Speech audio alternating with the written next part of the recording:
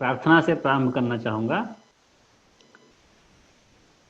शुक्लां ब्रह्म विचारसार परमामाद्यां जगद्व्यापिनीं वीणा पुस्तकधारिणीमभयदां जाड्यान्धकारपहाम् हस्ते स्फाटिकमालिकां विदधतीं पद्मासने संस्थितां वन्दे तां परमेश्वरीं भगवतीं बुद्धिप्रदां शारदाम्।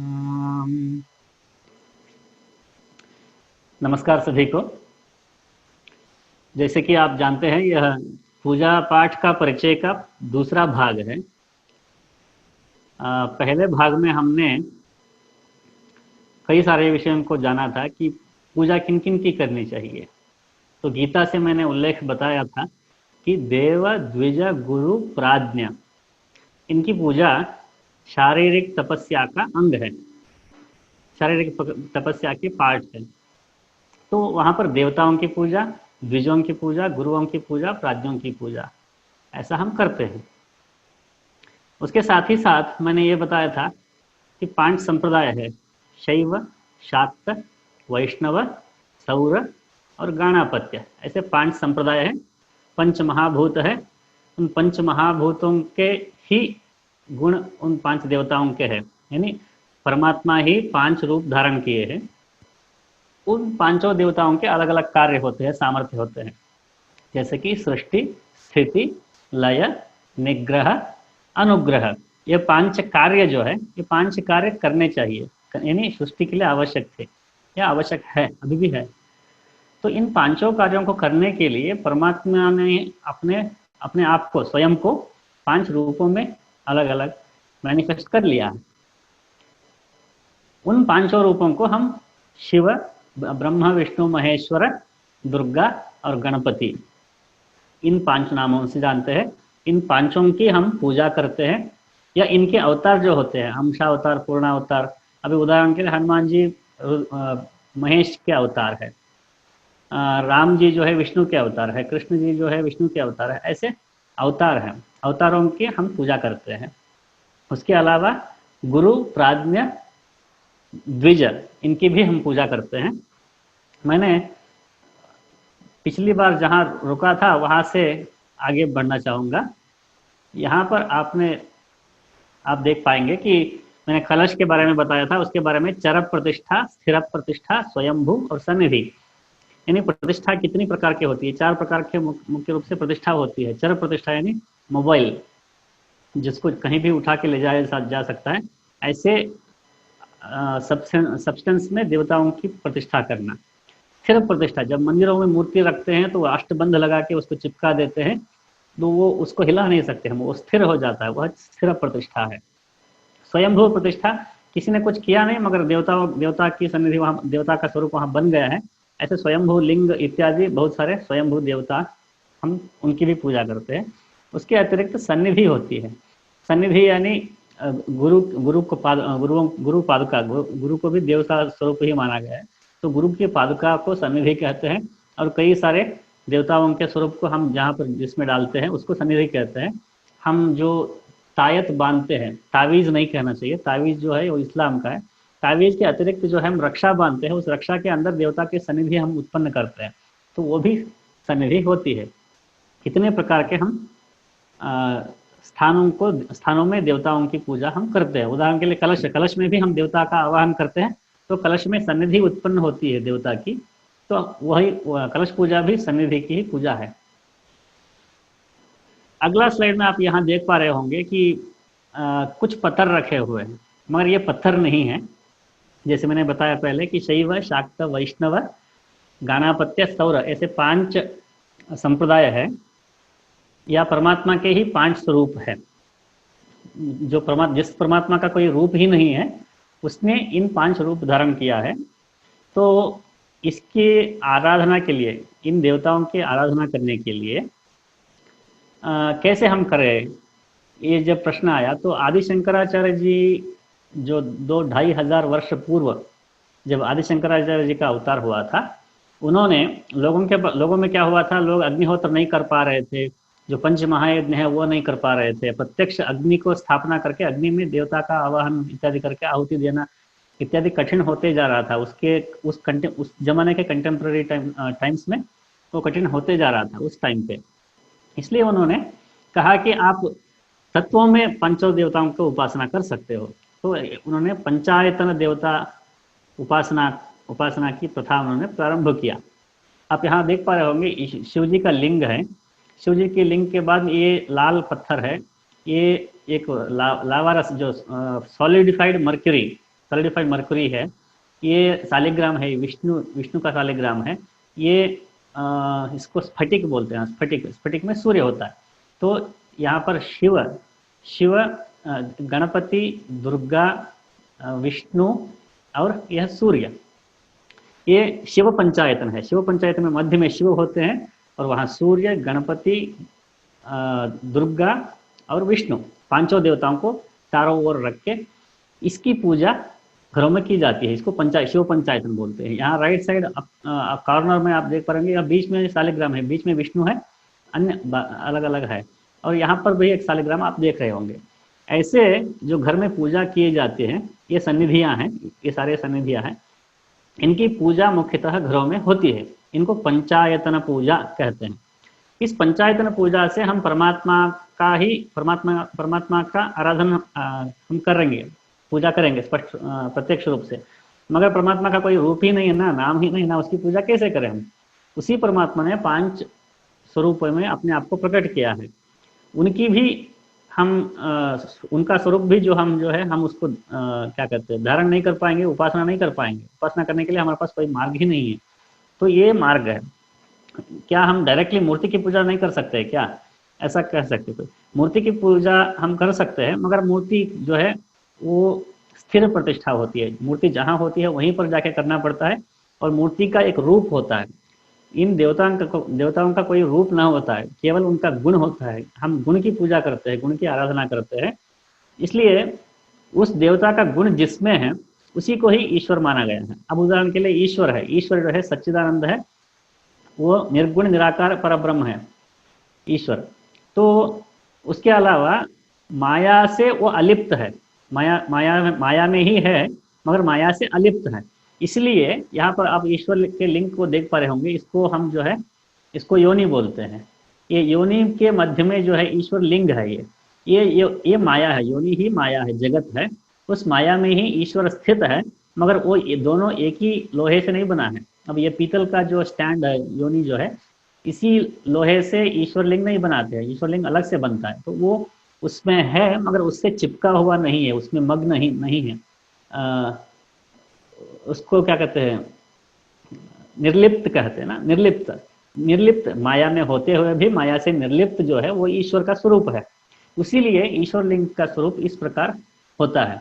उसी प्रकार ये गणपति जो है, गणपति रक्तवर्ण है, रक्तम लंबोदरम शूर्पकर्णकम रक्तवाससम अथवा शीर्ष में आता है। तो रक्तवर्ण का जो पत्थर होता है उसको गणपति मानते। ये सॉलिडिफाइड मर्क्यूरी जो है, मर्क्यूरी में इमेंस पावर होता है।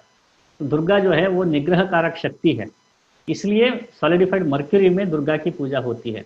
और जो स्फटिक है, स्फटिक प्रकाशमान होती है, इसलिए सूर्य का गुण जो है स्फटिक में सन्निहित होता है, इसलिए स्फटिक में सूर्य की पूजा करते हैं। इस प्रकार जिन जिन धातुओं में उन देवताओं के गुण निहित है, उन धातुओं को देवता मानकर पंचायतन पूजा के रूप में पूजा करने की परंपरा 2500 वर्षों से हमारे यहाँ है। उससे पहले प्रत्यक्ष रूप से अग्नि में उन देवताओं की उपासना होती थी, आज भी होती है। जिनके लिए हर दिन घर में अग्निहोत्र करना संभव है, उनके लिए पंचायतन पूजा इत्यादि की आवश्यकता नहीं है। मगर जिनको वो संभव नहीं है, उनके लिए ये अल्टरनेटिव है। इस प्रकार परंपरा पिछले 2-2.5 वर्षों से चली आ रही है। इनकी पूजा कैसे करते हैं वो आगे हम देखेंगे। जैसे मैंने बताया कि पंचायतन पूजा होती है 5 देवताओं की, तो वो इस प्रकार के घरों में होती है पूजा। जो मेट्रो सिटीज में अपार्टमेंट में रहते हैं उनको यहाँ देखना उनके घरों में नहीं हो सकता है, मगर गाँव में जो रहते हैं या दक्षिण भारत में आप जाओगे तो प्रत्येक घरों में इस प्रकार के पंचायतन आप देखेंगे।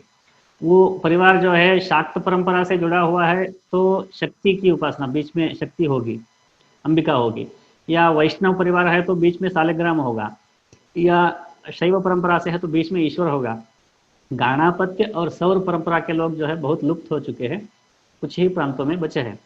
तो इस प्रकार घरों में पंचायतन पूजा हर दिन होती है। दक्षिण भारत में हजारों नहीं लाखों ऐसे परिवार हैं जो पंचायतन पूजा करके उसका तीर्थ प्राशन किए बगैर चाय भी नहीं पीते हैं घर में। सुबह उठते ही पहला काम क्या है, वो वही करते हैं। और कई लोग जो है दक्षिण भारत में पंचायतन जो होता है उसको एक डिब्बे में रख के, उसको एक बॉक्स में रख के उसे अपने साथ कैरी भी करते हैं। जब ट्रेन में वगैरह ट्रैवल भी करते हैं तो किसी स्टेशन में जब ट्रेन रुकता है तो रोक के वहाँ पर कहीं टैप में नहा के प्लेटफॉर्म के ऊपर ही बैठ के वहीं पर पंचायतन पूजा कर लेते हैं। तो ऐसे भी हम भारत में देख सकते हैं। कई सारे परिवार ऐसे हैं भोजन ही नहीं करते हैं। अगर आज भोजन नहीं किया, क्यों नहीं किया, आज पूजा नहीं हो पाई, पंचायतन पूजा किए बिना, उसका तीर्थ ग्रहण किए बिना भोजन भी नहीं करते। ऐसे कई सारे परिवार हैं। ये आप इस चित्र में देख सकते हो, इस प्रकार की पूजा होती है। अभी यहाँ पर आप स्क्रीन में देख रहे होंगे कि पंचायतन स्थापना का क्रम क्या है। ये 5 संप्रदाय मैंने बताया। मध्य में वैष्णव है, वैष्णव संप्रदाय के पंचायत में बीच में विष्णु है, यहाँ पर शिव, गणेश, सूर्य, अंबिका देवी, ये मध्य में जो है ये वैष्णव पंचायतन, विष्णु पंचायतन की स्थापना का क्रम है। ये शैव पंचायतन की स्थापना का क्रम मध्य में शिव है, देवी है, सूर्य, ये वही देवता होते हैं मगर उनके स्थान रखने का स्थान अलग अलग होता है। तो शैव, वैष्णव, शाक्त, गाणापत्य और सौर। गाणापत्य ने गणपति, गणेश जी की उपासना। महाराष्ट्र जो है ये गाणापत्य परंपरा से बहुत प्रभावित क्षेत्र है, इसलिए महाराष्ट्र में अष्टविनायक क्षेत्र है। 8 विनायक गणेश जी के ऐसे तीर्थ क्षेत्र है जहाँ पर गणेश जी की उद्भव मूर्तियाँ हैं, बड़े बड़े मूर्तियाँ हैं। और महाराष्ट्र में बाल गंगाधर तिलक जी ने गणेश उत्सव को इसलिए अपने आंदोलन का टूल बनाया क्योंकि गणेश की उपासना जो है महाराष्ट्र में बहुत व्यापक रूप से है। इसलिए हम ये जान सकते हैं कि गाणापत्य परंपरा जो है ये महाराष्ट्र में अधिक हम देख सकते हैं। ये सूर्य, ये कोणार्क इत्यादि मंदिर जो है सूर्य, वहाँ उस प्रदेश में सूर्य के उपासक लोग बहुत है, सौर परंपराएं अधिक है वहाँ पर, यहाँ सूर्य है। इस प्रकार पंचायतन को 5 देवताओं को रखने का एक क्रम होता है, उसी क्रम में उसको रखना चाहिए। हम जहाँ चाहे वहाँ नहीं रख सकते हैं। पंचायत ने उसी स्थान में उस देवता को रखना चाहिए, उस रखकर पूजा करने की परंपरा है। यहाँ पर लेफ्ट साइड में आप देख पा रहे होंगे कि ये प्लेट में रखा हो, इस प्रकार रखा जाता है पूजा करने के लिए। यहाँ पर 5 देवताओं के अलावा एक तीर जैसा कुछ है, आरो जैसा कुछ है बर्तन में, वो क्या है? तो यहाँ पर आप नीचे देखिए, शैव, वैष्णव, शाक्त, गाणापत्य, सौर, ये 5 परंपराएं हैं। उसके बाद में कालांतर में स्कांद परंपरा भी दक्षिण भारत में बहुत प्रचलित हुआ। जिसे आज हम तमिलनाडु कहते हैं, केरल कहते हैं, कर्नाटक, तमिल, पांड्य, इन 3 प्रदेशों में स्कंद परंपरा, स्कंद की उपासना है। जैसे मैंने कहा था, ईश्वर का हम इन 5 की उपासना करेंगे या फिर 5 के अवतारों की उपासना हम करेंगे। ये जो है शिव जी के बेटे, बड़े बेटे कार्तिकेय अथवा स्कंद जो है, इनकी उपासना की पद्धति प्रचलित बहुत थी। उन्हें भी, अयप्पा भी उन्हीं का एक स्वरूप है ऐसा भी कहते हैं। तो ब्रह्मचारी के उपासना, स्कंद की उपासना अधिक जहाँ पर थी, इसको शंकराचार्य जी ने बाद में, विद्यारण्य जी ने उसको मिला लिया, यानी पंच संप्रदाय के साथ उसको भी जोड़ लिया। तो इसलिए आप श्रृंगेरी, कांची अथवा पुरी, द्वारका, ज्योतिर्मठ इत्यादि जो शंकराचार्य जी द्वारा स्थापित जो पीठ है, उन पीठों के पीठाधिपति को जब प्रार्थना करते हैं तो उनको जगत गुरु शंकराचार्य इत्यादि उनकी बिरुदावली पढ़ी जाती है। वो कौन है ऐसा?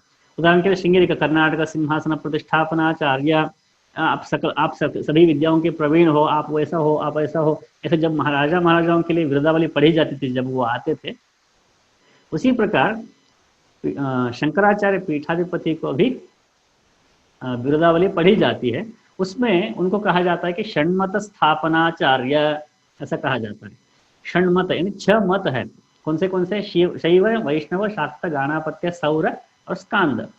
यह 6 मत है, षण्मत। इसीलिए षण्मतों के स्वरूप जो है, छठे मत के स्वरूप में ये स्कंद के आयुध जो है, इसको भी इसमें सम्मिलित किया गया है पंचायतन के साथ। ये षण्मुख है, स्कंद है। और इसी षण्मुख के या स्कंद के जो है बड़ी सी मूर्ति आप मलेशिया में प्रतिष्ठित है। मलेशिया का टूरिज्म का अट्रैक्शन भी है ये। आप इस चित्र को यहाँ पर देख पा रहे होंगे। इसी षण्मुख को छठे मत के रूप में स्वीकार किया गया है हिंदू धर्म में। आप देखोगे कि हिंदू धर्म में हम किसी की भी पूजा करते हो, किसी भी देवता के, तो इन 6 मतों में से, इन 6 अथवा 6 संप्रदायों में से बाहर हम कहीं नहीं जाते हैं। इनकी ही पूजा करते हैं, या इनके अवतार या अंशावतार, पूर्णावतार इत्यादि उनकी ही हम पूजा करते हैं। तो हम ये कह सकते हैं कि भारत में उपासना किन की होती है, कितने प्रकार की उपासना पद्धति है, या कितने प्रकार के संप्रदाय है। तो हमारे पास जो है 6 संप्रदाय है। शैव, शाक्त, वैष्णव, गाणापत्य, सौर और स्कांद, 6 संप्रदाय है। तो इन 6 संप्रदायों का स्पष्ट परिचय होना हमारे लिए आवश्यक है। पूजा किसका करना है, पूजा क्या है ये जानेंगे, ठीक है, मगर पूजा किसका करना है? तो देव, द्विज, गुरु, प्राज्ञा, इनकी करना है। तो देवताओं में से किन किन देवताओं के करना है? इन 6 देवताओं के करना है, या इनके अवतारों के करना है। अभी पूजा पे हम आएंगे। पूजा के प्रकार, कितने प्रकार की पूजाएं हैं? 6-7 प्रकार की पूजाएं हैं, मगर मुख्य रूप से 3 प्रकार की पूजा प्रचलित है, जो पंचोपचार पूजा, षोडशोपचार पूजा, चतुष्षष्टि उपचार पूजा। इस प्रकार 3 प्रकार के पूजाएं प्रसिद्ध है, प्रैक्टिस में है। इसी के बारे में मैंने पिछले पार्ट में बताया था, इसी टॉप के। अब इनको हम एक एक करके देखते जाएंगे। पहला वाला जो है पंचोपचार पूजा, फर्स्ट वन। पंचोपचार पूजा क्या है? तो आप यहाँ पर देख पाओगे, पृथ्वी, आप, तेज, वायु, आकाश, ये 5 महाभूत है। इन 5 महाभूतों के ही स्वरूपों को हम 5 उपचारों में हम प्रयोग करते हैं। ये 5 उपचार कब किया जाता है? मैं एक देर के लिए यहाँ पर शेयरिंग रोकूंगा। ये पंचोपचार पूजा कब कब की जाती है? उदाहरण के लिए, मैं किसी मंत्र का जाप करने जा रहा हूँ, तो उस मंत्र का जाप करने से पहले उस मंत्र का न्यास मैं करूंगा। न्यास यानी उस मंत्र के पार्ट्स को मैं अपने शरीर में इंस्टॉल करूंगा। इंस्टॉल करके अपने शरीर को ही मैं पूरा मंत्रमय बनाऊंगा। उसके बाद में उस देवता का ध्यान करूंगा। इस प्रकार हम किसी भी देवता का ध्यान मन में करते हैं। ध्यान यानी मेडिटेशन नहीं है, मेडिटेशन अलग है, ध्यान अलग है, वो उस डिबेट में हम नहीं जाएंगे। तो देवता के स्वरूप का हम ध्यान करते हैं, तो उस ध्यान के बाद उस देवता की पूजा करते हैं। उदाहरण के लिए, मैं हर दिन संध्या करता हूँ। संध्या में हम गायत्री का ध्यान मैं करता हूँ, न्यास करता हूँ। तत्सवितुः अंगुष्ठाभ्यां नमः, वरेण्यं तर्जनीभ्यां नमः, भर्गो देवस्य मध्यमाभ्यां नमः, धीमहि अनामिकाभ्यां नमः। इस प्रकार मैं जब न्यास करूंगा, अपने शरीर में उस मंत्र के भागों को मैं इंस्टॉल करूंगा। उसके बाद मैं गायत्री का ध्यान करूंगा। गायत्री के ध्यान के बाद मैं उस गायत्री की पूजा करूंगा, क्योंकि मैंने ध्यान किया है, उसको बुलाया है। जब देवता आती है, इमीडिएटली उसको, जैसे हम किसी को बुलाते हैं तो बोलते हैं, फॉर्मेलिटीज करते हैं ना, कि आइए आइए, ये कर्टसी होती है कि कोई आया तो कहना कि अरे आप आए, आ गए, हाँ आइए आइए, बैठिए, पानी पीजिए, या चाय पीजिए, या जूस पीजिए, ऐसे कुछ पीने के लिए देना, बैठने के लिए कुर्सी देना, ये जो कर्टसी है। इसी प्रकार हम किसी भी देवता का ध्यान मन में करते हैं, वो देवता मन में एस्टैब्लिश हो जाती है। जब देवता एस्टैब्लिश होती है मन में, उस देवता का उपचार भी करना पड़ता है। उस देवता को ऐसा ट्रीट करना पड़ता है जैसे कोई घर में आया हो। हम गेस्ट को जैसा ट्रीट करते हैं, उससे भी अधिक एवॉल्व रूप से, हम सूक्ष्म रूप से देवता का उपचार हमें करना चाहिए। तो ऐसे स्थिति में ध्यान करते ही, ध्यान श्लोक बोलते ही हमें पूजा करना चाहिए। उदाहरण जैसे, लम पृथ्वीआत्मने नमः गंधं कल्पयामि, हम आकाशात्मने नमः पुष्पं कल्पयामि, रम अग्न्यात्मने नमः दीपं कल्पयामि। ऐसा हम 5 उपचार मानसिक रूप से, फिजिकली हम उन चीज़ों को लाके हम दे नहीं सकते, क्योंकि देवता मन में प्रतिष्ठित हुआ है, मन में एस्टैब्लिश हुआ है, तो पूजा भी मन में ही करना है। तो इस प्रकार मानसिक रूप से की जाने वाली मानसोपचार जिसको कहते हैं, ऐसे मानसोपचार में इन 5 उपचारों का ज़्यादातर प्रयोग होता है। अथवा पूजा करने के लिए समय बहुत कम है, हमारे पास सामग्री नहीं है, समय भी बहुत कम है, ऐसी स्थिति में आज क्या करना है, हाँ पंचोपचार करके छोड़ दो, यानी तत्काल कुछ जल्दबाजी में हमें करना है, उस समय में भी हम पंचोपचार करते हैं, क्योंकि ये 5 बहुत एसेंशियल है, फंडामेंटल चीज़ें हैं, इन चीज़ों को हम छोड़ नहीं सकते। तो इसलिए पंचोपचार पूजा वहाँ पर भी प्रयोग होता है। उसको कैसे करते हैं अभी देखेंगे। क्यों उन्हीं चीज़ों को क्यों करना है। पृथ्वी जो है ये गंध कारक है, यानी पृथ्वी का गुण गंध है, आकाश का गुण पुष्प है, वायु का गुण धूप है, वायु के तत्व के रूप में धूप का समर्पण करते हैं, अग्नि के तत्व के रूप में दीप का समर्पण, जल अमृत तत्व है, उसी के स्वरूप में अमृत स्वरूप समर्पण अथवा नैवेद्य समर्पण। इस प्रकार 5 उपचारों को पंच महाभूतों के स्वरूप में हम समर्पित करते हैं, इसी को पंचोपचार पूजा कहते हैं। अब हम अगले पूजा की ओर जाएंगे। जैसे मैंने अभी बताया था आपको पंचोपचार पूजा कैसे करते हैं, आप स्क्रीन में देख पा रहे होंगे। लम पृथ्व्यात्मने नमः गंधम समर्पयामि। लम क्या है, ये पृथ्वी का बीजाक्षर है। पृथ्वी तत्व जो है पंच महाभूतों में से जो पृथ्वी है उसका बीजाक्षर है। तंत्र शास्त्र में उस बीज मंत्र में वो पूरा तत्व समाहित होता है, समाहित करने की प्रक्रिया है। तो उस प्रकार वह बीजाक्षर, उस बीजाक्षर का उच्चारण करने से वह तत्व जागृत होती है हमारे अंदर।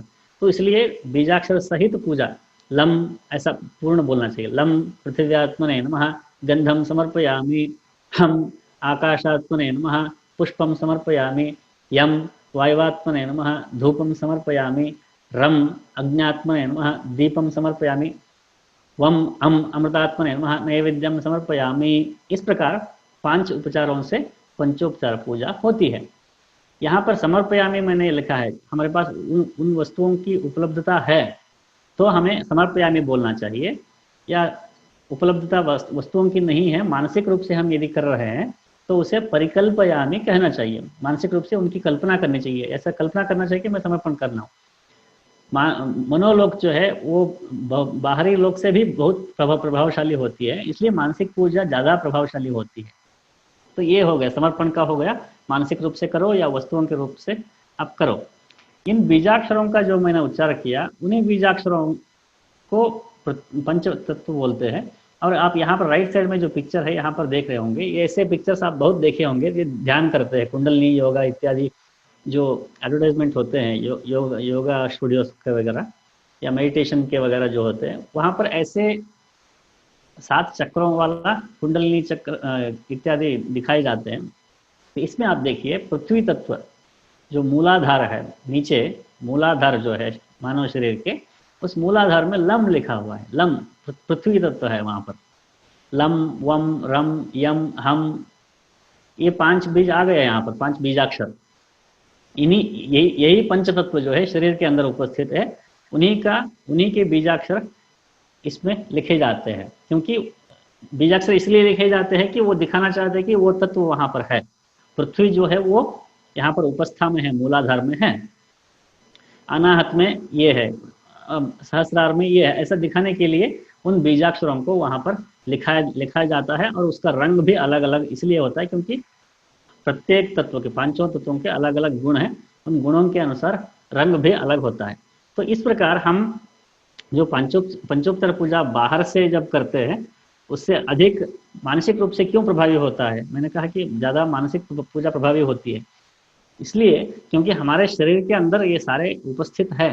जो यद पिंडे तद ब्रह्मांडे, ऐसा एक वाक्य है, यानी जो बाहर कॉस्मोस जो है, वो कॉस्मोस में जो है वो सब हमारे अंदर भी है।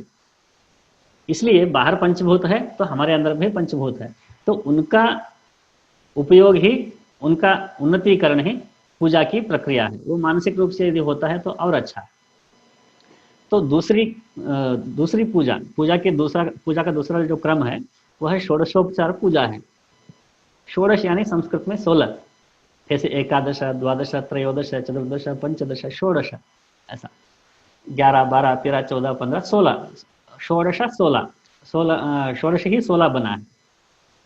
तो 16 उपचार कौन से हैं, पिछली टॉक में भी मैंने ब्रीफली बताया था, यहाँ पर विस्तार से देखेंगे कि आवाहन, आसन, पाद्य, अर्घ्य, आचमन, स्नान, अभिषेक, वस्त्र, उपवीत, गंध, पुष्प, धूप, दीप, नैवेद्य, तांबूल दक्षिणा, तांबूल अथवा दक्षिणा, प्रदक्षिणा और नमस्कार। ये 16 जो है, ये 16 उपचार है। इनको यदि हम करते हैं उसको षोडशोपचार पूजा ऐसा कहते हैं। ज़्यादातर प्रैक्टिस में यही है। पंचोपचार पूजा कम लोग करते हैं क्योंकि वो मानसिक रूप से है, उसका समझ ज़्यादा होना चाहिए और उसके लिए बहुत मेहनत भी लगता है, यानी मानसिक पूजा के लिए ज़्यादा मेहनत लगता है। मगर मंदिरों में हो या घरों में हो, सत्यनारायण पूजा होती है, गणेश जी को बिठाते हैं, ऐसे कई सारे मौके जहाँ पर जब भी पूजा होती है तो उन पूजाओं में ये 16 चीज़ों को जरूर करते हैं। ऐसा ये 16 चीज़ें नहीं करते हैं तो वो पूजा नहीं कहलाती है। आप देखिए भाद्रपद मास में गणेश जी जब बिठाते हैं, गणेश उत्सव आता है, तो गणेश जी को लाने के बाद पूजा करने के लिए हम स्वयं करते हैं या पंडित जी को बुलाते हैं। तो पंडित जी क्या करते हैं, ये 16 चीज़ें करते हैं। उदाहरण आवाहन यानी देवता को बुलाना, आसन यानी बैठने के लिए कुर्सी, जब जैसे हम गेस्ट को कुर्सी देते हैं या आसन देना चाहिए। पाद्य यानी पैर धोने के लिए जल देना। अर्घ्य यानी हाथ धोने के लिए जल देना। अर्घ्य यानी सूर्य को जो अर्घ्य देते हैं वो वाला अर्घ्य नहीं। अर्घ्य यहाँ पर अर्घ्य का तात्पर्य है हाथ धोने के लिए जल देना। आचमन, आचमन यानी अपने आप को शुद्ध करने के लिए मंत्र रूप से मंत्रपूर्वक जो जल पीते हैं उसको आचमन कहते हैं। उस आचमन द्वारा शरीर शुद्धि भी होती है और पेय जल भी देते हैं। तो आचमन, यहाँ पर आचमन के लिए जल देना। और स्नान, स्नान के अंग ही अभिषेक है। जो रुद्राभिषेक वगैरह होता है, रुद्राभिषेक करने से पहले आवाहन, आसन, पाद्य, अर्घ्य, आचमन करके स्नान के टाइम पे उस स्नान को ही थोड़ा लंबा करके, एक्सटेंड करके ज़्यादा मंत्र बोलते हैं, ज़्यादा देर तक स्नान करवाते हैं, उसी को हम अभिषेक कहते हैं। उसके बाद अभिषेक होने के बाद, स्नान होने के बाद वस्त्र, वस्त्र उपवीत, उपवीत यानी जनेऊ। उसके बाद गंध, गंध, पुष्प, धूप, दीप। आप यहाँ देखिए, गंध, पुष्प, धूप, दीप, नैवेद्य, ये वही उसी ऑर्डर पे आया है जो पंचोपचार पूजा का ऑर्डर है। गंध, पुष्प, धूप, दीप, नैवेद्य। 5 उपचार मुख्य है, फंडामेंटल है, ऐसा मैंने कहा था, मूलभूत उपचार। तो वो 5 उपचार इसी में, इसमें भी है, 16 उपचारों में भी वो इंक्लूडेड है और उसी क्रम में है। गंध, पुष्प, धूप, दीप, नैवेद्य। ये नैवेद्य होने के बाद तांबूल, तांबूल यानी पान, जो पान खाते हैं वो पत्ता और पत्ता के ऊपर सुपारी, सुपारी के साथ में सुवर्ण पुष्प दक्षिणा बोलते हैं। सोने का पुष्प, सोने का पुष्प उसमें रख के ऐसा दक्षिणा के रूप में देवता को देते हैं। ये इसलिए देते हैं, दक्षिणा का तात्पर्य ये है कि दक्षिणा के बिना यज्ञ जो है वो निरर्थक होता है। तो पूजा को हम यज्ञ मान रहे हैं यहाँ पर। इस दृष्टि से वह दक्षिणा जो है, दक्षिणा यानी त्याग देना। हम दक्षिणा से क्या करते हैं, दक्षिणा से हम किसी को देते हैं। तो इस प्रकार त्याग का प्रैक्टिस पूजा में भी इंक्लूडेड है। यज्ञ में जैसा होता है उसी प्रकार पूजा में भी होता है। तो उसका उपयोग हम किसी अच्छे कार्य के लिए कर सकते हैं। तो आजकल क्या करते हैं लोग, सुवर्ण पुष्प यानी सोने का पुष्प रखने की सामर्थ्य जिसके पास नहीं है, वो लोग क्या करते हैं, 1 रुपये या 2 रुपये का कॉइन उसमें रख देते हैं, कॉइन रख के ऐसा रख देते हैं। इस प्रकार तांबूल अथवा सुवर्ण पुष्प दक्षिणा। उस समय एक मंत्र बोलते हैं, हिरण्यगर्भ गर्भस्थम यम बीजम विभावसो अनंत पुण्य फलदम अदशांतिम परिचम। जो हिरण्यगर्भ, सृष्टि के आदि में जो हिरण्यगर्भ था वो सोने का इसमें था, स्वर्ण के रूप में था, इसलिए स्वर्ण जो है वहाँ पर विहित है। उसके बाद में दक्षिणा देने के बाद आरती करते हैं। वो 16 उपचारों में इंक्लूडेड नहीं है। इंक्लूडेड न होने के बावजूद मध्यकालीन में आरती जो है पूजा का पार्ट बन गया। जैसे हम घरों में लोगों को, व्यक्तियों को आरती करते हैं, हम मनुष्य को जैसे ट्रीट करते हैं उसी प्रकार देवताओं को भी ट्रीट करते हैं। इसलिए लोगों का ये मानना था कि अरे हम अपने घरों में बेटों को, बच्चों को, बड़ों को हम आरती करते हैं ना, उसी प्रकार हम देवताओं को क्यों आरती नहीं कर सकते। इस प्रकार कुछ लोगों ने आरती करना प्रारंभ किया, वो बाद में परंपरा बन गई। इस प्रकार आरती जो है वो पूजा का अंग बन गया। वो तांबूल के बाद, दक्षिणा के बाद में आरती करते हैं। आरती होने के बाद मंत्र पुष्प बोला जाता है। वो 16 उपचारों के पार्ट न होने के कारण मैंने उसको नीचे यहाँ पर अलग से डाला है। ध्यान जो है आवाहन से पहले, सबसे पहले ध्यान से ही पूजा की शुरुआत करते हैं। वह ध्यान भी इन 16 उपचारों में हम काउंट नहीं करते हैं, वो भी पृथक है, अलग से है। इसलिए ध्यान, आरती, मंत्र पुष्प, इन तीनों को यहाँ नीचे मैंने रखा है। आरती, मंत्र पुष्प, इन दोनों के बाद, मंत्र पुष्प यानी हाथों में पुष्प लेते हैं, अंजलि में पुष्प लेते हैं, लेकर मंत्रों का उच्चार करके पैरों में देवता के पैर में डालते हैं। तो ये मंत्र पुष्प है। आयतनम वेद योपाम आयतनम वेद आयतनवान भवति इत्यादि जो मंत्र, फेमस मंत्र आप सुने होंगे, ये मंत्र पुष्प के ही उसको पकड़, उन मंत्रों को बोल के मंत्र पुष्प डाला जाता है। मंत्र पुष्प के बाद प्रदक्षिणा, देवता की प्रदक्षिणा की जाती है और अंत में नमस्कार की जाती है। ये 16 उपचार है, षोडशोपचार पूजा है। तो ये करने से पहले कुछ चीज़ें होती है, बाद में कुछ चीज़ें होती है। उन चीज़ों को मैं यहाँ पर आपको बताऊंगा। आप स्लाइड पे देख पा रहे होंगे पूर्वांग, यहाँ पर लेफ्ट साइड में पूर्वांग लिखा हुआ है। पूर्वांग यानी प्रिपरेशन।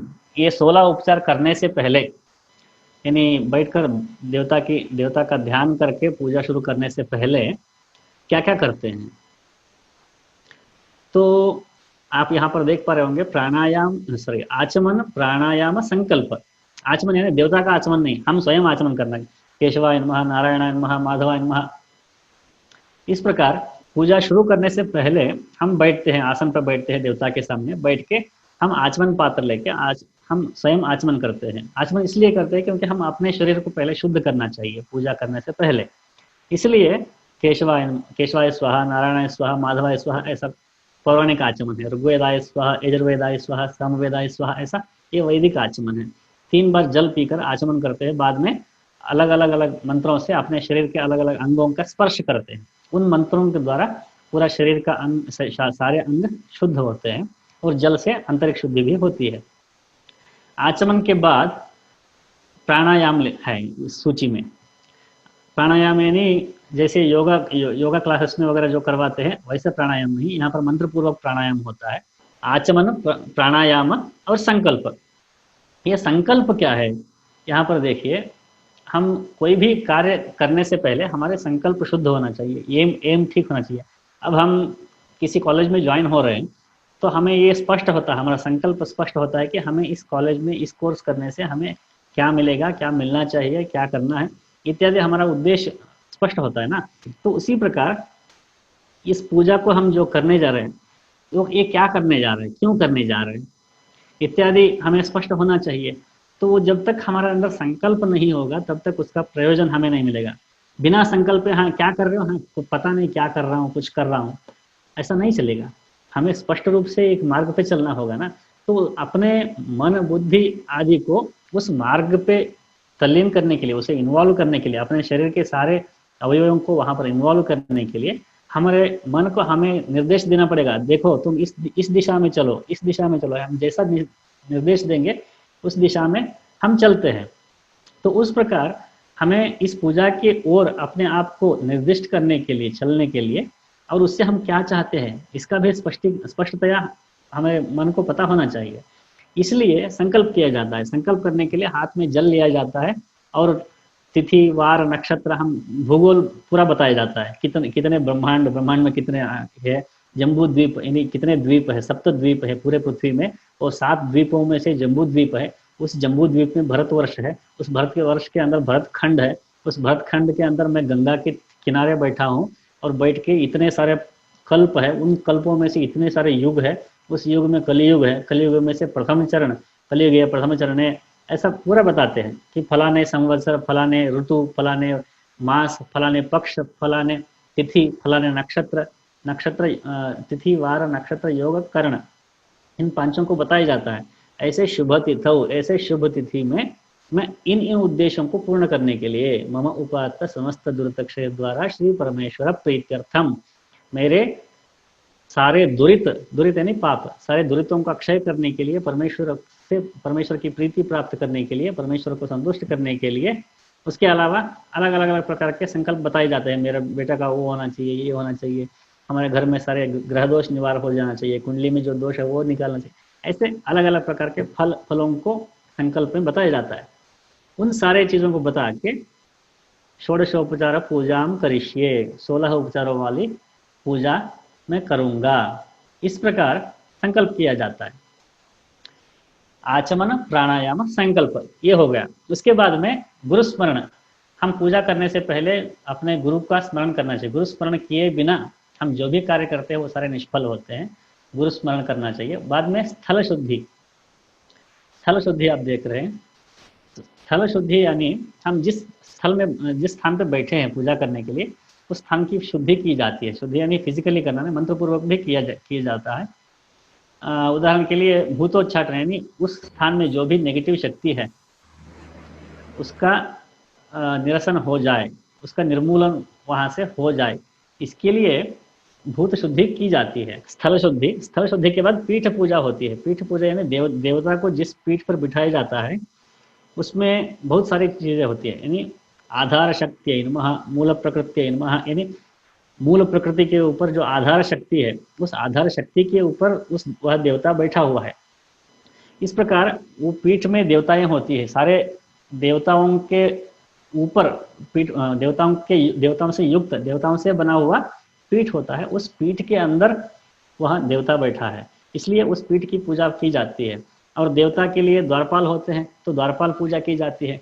उसके बाद में कलश शुद्धि, कलश शुद्धि यानी जिस जल से हम पूजा करने जा रहे हैं उस जल को पहले शुद्ध कर लेना चाहिए, उसके लिए कलश पूजा कहते हैं या कलश शुद्धि कहते हैं। उसके बाद में शंख पूजा, यानी शंख जो रखा हुआ होता है उस शंख के अंदर पानी डाल के शंख की पूजा करते हैं और उस जल को अपने कलश में मिला लेते हैं। ये क्या हुआ, पूरा क्या हुआ, पहले अपने शरीर को शुद्ध किया, अपने प्राणों को आयमित किया, यानी अपने प्राणों को संयमित किया, बाद में अपने मन को ये डायरेक्शन दिया कि इसके लिए करना है, संकल्प के द्वारा। बाद में गुरु स्मरण हुआ, स्थल शुद्धि हुई, पीठ पूजा हुई, द्वारपाल पूजा हुई, जल का शुद्धिकरण कर लिया हमने, शंख पूजा करके उस शंख का जल जो है कलश में डाल लिया। बाद में अंगन्यास, यानी अपने शरीर को शुद्ध करना, अपने मंत्र पूर्वक अपने शरीर को शुद्ध करना। इतना होने के बाद 16 उपचार शुरू होते हैं ध्यान से, ध्यान, आवाहन, आसन, पाद्य, अर्घ्य, आचमन इत्यादि। ये 16 उपचार पूरा होने के बाद जब आरती होती है, मंत्र पुष्प होता है, प्रदक्षिणा होती है, नमस्कार होता है, उसके बाद उत्तरांग, आप राइट साइड में देख रहे होंगे कि उत्तरांग पोस्ट पूजा, यानी पूजा के बाद क्या करते हैं, हम प्रार्थना करते हैं कि मुझे क्षमा करो, वो करो, मुझे ये दे चाहिए, पत्नी मनोरमाम देहि मनोरतान सारणीम तारणीम दुर्ग संसार सागर से कुलोद्भवाम, ऐसे अलग अलग प्रकार के फल के लिए प्रार्थना की जाती है देवता से, जिससे हमने पूजा किया है। धनम धान्यम इस इत्यादि, आपने धन चाहिए तो धन चाहिए, कुछ लोगों को पुत्र चाहिए, कुछ लोगों को धन चाहिए, कुछ लोगों को विद्या चाहिए, अलग अलग प्रकार की कामना होती है, कामनाओं के लिए प्रार्थना की जाती है। उसके अतिरिक्त लोगों के मैंने जो 4 स्तर होते हैं, जैसे बताया था, आर्त, जिज्ञासु, अर्थार्थी, ज्ञानी, 4 प्रकार के लोग होते हैं। आर्त लोग जो है अलग प्रकार के प्रार्थना करते हैं, अपने हिसाब से प्रार्थना करते हैं। आर्त, जिज्ञासुओं की प्रार्थना अलग स्तर का होता है। अर्थार्थी, जिनको अर्थ चाहिए उनकी प्रार्थना अलग होती है। जो ज्ञानी होता है उसकी प्रार्थना अलग होती है। तो प्रार्थना कैसा होना चाहिए, इसका कोई डायरेक्शंस नहीं है, किसी प्रिंसिपल ऐसा सेट नहीं है, गाइडलाइंस नहीं है, प्रार्थना अपने अपने हिसाब से करते हैं। उसके बाद में उत्तर पूजन करते हैं। छत्रम आच्छादयामि, चाम्रम विजयामि, गीतम गायामि, ऐसा छत्र में आपको, छत्र यानी छाता होता है, छाता में आपको पकड़ता हूँ, गीतम गायामि, गाना गा के सुनाता हूँ, अश्वारोपयामि यानी गजे हाथी के ऊपर चढ़ाता हूँ, अश्वमारोपयामि अश्वारोपण यानी घोड़े के ऊपर बिठाता हूँ, अश्वारोपण, गजारोपण, छत्र, चामर इत्यादि जो उपचार होते हैं राजा महाराजाओं के होते हैं, वो सारे उपचारों को उत्तर पूजन कहते हैं। उत्तर पूजन करते हैं। उत्तर पूजन के बाद कर्म संतर्पण यानी मैंने जो किया है, अब तक पूजा किया है, इससे परमात्मा संप्रीत हो, संतुष्ट हो, इस प्रकार कर्म संतर्पण किया जाता है। उसके बाद में न्यूनातिरिक्त प्रायश्चित्त। यहाँ पर एक बात देखना होगा हमें कि न्यून अतिरिक्त, न्यून यानी कम, अतिरिक्त यानी अधिक, एक्सेसिव। हमें पूजा के लिए इतने पुष्प चाहिए, ऐसा नियम है।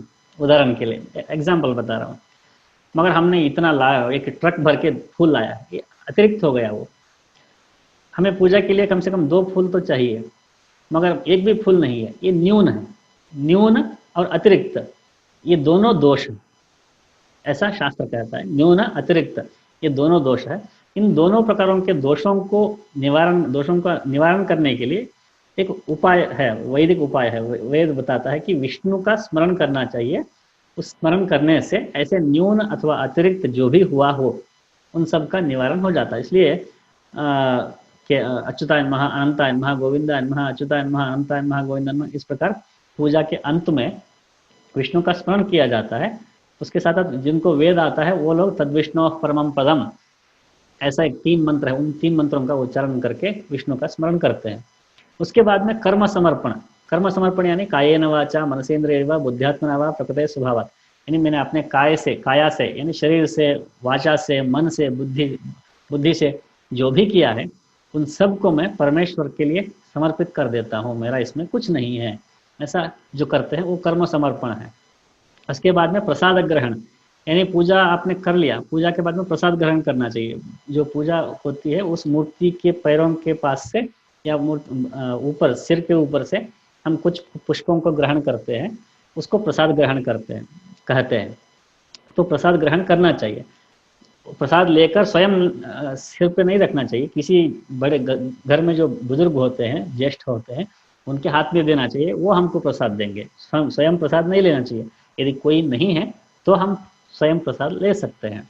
उसके बाद में प्रसाद ग्रहण के बाद फिर से अंत में आचमन, लास्ट में, ये पूजा की प्रोसीजर है षोडशोपचार पूजा की। अब तीसरी पूजा, तीसरा प्रकार जो है पूजा का, वो चतुष्षष्टि उपचार है, 64 उपचारों की पूजा होती है।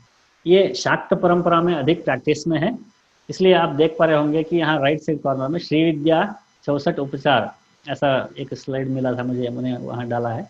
श्री विद्या का उपासना, जो श्री चक्र की उपासना करते हैं, श्री चक्र पूजा करते हैं, उनमें श्री चक्र के लिए 64 उपचारों की पूजा बहुत प्रसिद्ध है। और ये 64 योगिनी का मंदिर जो है जबलपुर में है, और ये 64 योगिनी का मंदिर जो है, वहाँ 64 प्रकार के योगिनियाँ देवताएं हैं, 14 प्रकार के, उनको अलग अलग प्रकार से पूजा की जाती है। पूजा क्यों करना चाहिए, ये सवाल आता है। तो पूजा क्यों करना चाहिए, बहुत सारे लोगों को मैंने कहते हुए देखा है। ऐसे भी लोग होते हैं जो कहते हैं कि मैं देवता भगवान को नहीं मानती, या मैं रिचुअलिस्टिक नहीं हूँ। ऐसे ज़्यादातर महिलाएं तो ऐसा कहती है, आई एम नॉट रिचुअलिस्टिक, मगर मुझे घर में सत्यनारायण पूजा करने में अच्छा लगता है, I get piece of mind, ऐसा आपने कहते हुए देखा होगा। कुछ लोग कहते हैं आई फील गुड, ऐसा कहते हैं। इसलिए क्यों करते हो, I feel good, that's why I do. ऐसे अलग अलग लोगों के अलग अलग प्रयोजन होते हैं। कुछ लोग कहते हैं ये क्यों करते आ रहे हो, अरे हमारे दादाजी के ज़माने से चलते आ रहा है, हम छोड़ नहीं सकते, इसलिए हम करते हैं। तो ऐसे अलग अलग कारण होते हैं लोगों की पूजा करने में। एक न्याय है, न्याय यानी एक लॉजिक है कि प्रयोजनम अनुद्देश्य न मंदोपि प्रवर्तते, प्रयोजन के बिना मंद बुद्धि वाला व्यक्ति भी कुछ काम नहीं करता है। तो इसका पूजा का प्रयोजन, हमारा अपब्रिंगिंग कैसा है, हमारा जीवन दृष्टि क्या है, इन सब के आधार पर हम अलग अलग प्रयोजन हम ढूंढ लेते हैं। मगर मूल रूप से क्या प्रयोजन है कि यहाँ देखिए, अधिदैविक, अधिभौतिक और आध्यात्मिक, ऐसे 3 प्रकार के डायमेंशन हमारे सृष्टि में हैं। इन्हीं को हम तापत्रय कहते हैं। उनका तापत्रय बहुत बढ़ गया है, ऐसा लोग कहते हैं। तापत्रय यानी ताप यानी गर्मी, गर्मी यानी डिस्कम्फर्ट, गर्म, जो गर्म होता है वो डिस्कम्फर्ट क्रिएट करता है, यानी हमें अच्छा नहीं लगता, तो उसको ताप कहते हैं। संताप, परिताप, ऐसे शब्द उसी से आए हैं।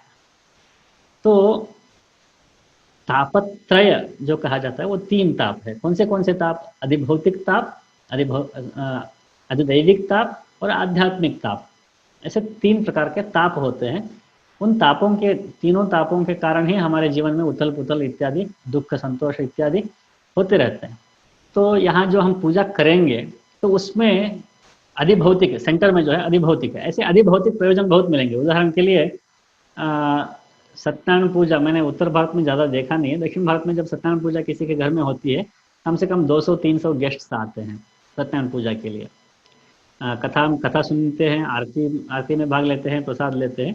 तो एक बड़ा सा, जैसे अभी घर में छोटा बहुत बर्थडे फंक्शन जैसा होता है, उससे भी बड़ा उत्सव सत्यनारायण पूजा के लिए होता है घरों में। सत्यनारायण पूजा यदि घर में है तो सबसे पहले सुबह जल्दी उठते हैं, अभ्यंग स्नान आयुर्वेद में बताया गया है कि तेल लगाना चाहिए, तेल लगा के गर्म पानी से अभ्यंग स्नान करना चाहिए। जो आयुर्वेद का प्रोसीजर है, उस प्रोसीजर के हिसाब से स्नान करते हैं, पहले अभ्यंग स्नान करते हैं, अच्छे कपड़े पहनते हैं, और नित्य क्रिया, संध्या वंदन, जो भी अपनी नित्य क्रिया है, कुल देवता की पूजा हो, ऐसे कुछ ठीक ढंग से करते हैं। और सारे गेस्ट्स आते हैं, उनको प्रणाम करते हैं। इससे क्या होता है कि बहुत सारे नए नए नहीं नहीं, पुराने लोगों, बहुत दिनों बाद पुराने लोगों से मिलने का मौका मिलता है उस पूजा के बहाने।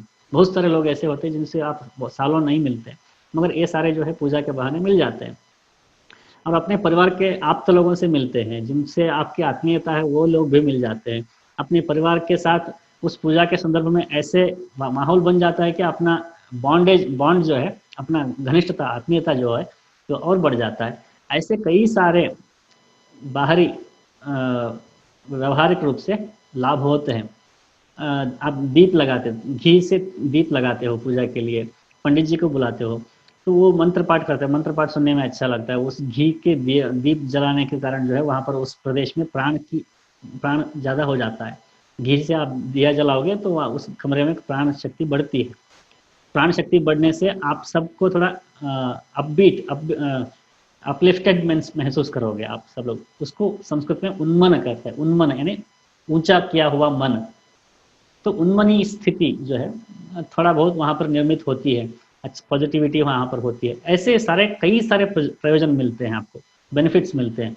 तो ये सारे बेनिफिट्स क्या है? ये सारे बेनिफिट्स जो है सत्यनारायण पूजा से मिलने वाले भौतिक प्रयोजन है। आपने प्रसाद खाया, प्रसाद भी अच्छा, आपको अच्छा लगा, आपको स्वास्थ्य भी अच्छा हुआ, आपका मन भी प्रसन्न हुआ, आपके सोशल रिलेशंस अच्छे हुए, आपका फैमिली रिलेशंस अच्छे हुए। ये बहुत सारे प्रयोजन आप गिनते जा सकते हो, ऐसा लिस्ट आउट कर सकते हो, ऐसे प्रयोजन सत्यनारायण पूजा से आपको मिले। ये सब क्या है? इन सबको मैं अधिभौतिक प्रयोजन कहूँगा। भौतिक रूप से ये अधिभौतिक प्रयोजन है। और अधिदैविक प्रयोजन क्या है, दूसरा वाला क्या है? हमने सत्यनारायण पूजा किया तो कैसे किया? जैसे शास्त्र में विहित है, विधि है, उसी विधि के अनुसार हमने सत्यनारायण पूजा किया, इन शास्त्र का हमने पालन किया। शास्त्र पालन करने से क्या होता है? पुण्य मिलता है। धर्म का पालन से पुण्य मिलता है।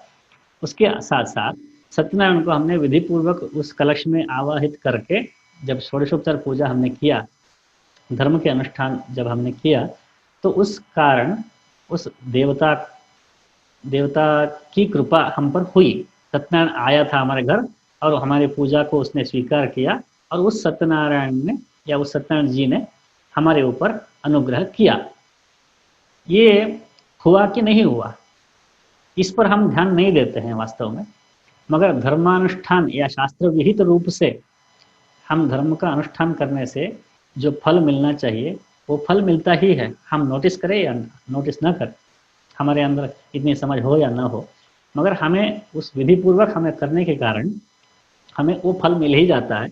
इसलिए उस भक्ति के कारण और विधि के कारण सत्यनारायण का अनुग्रह हमको मिला।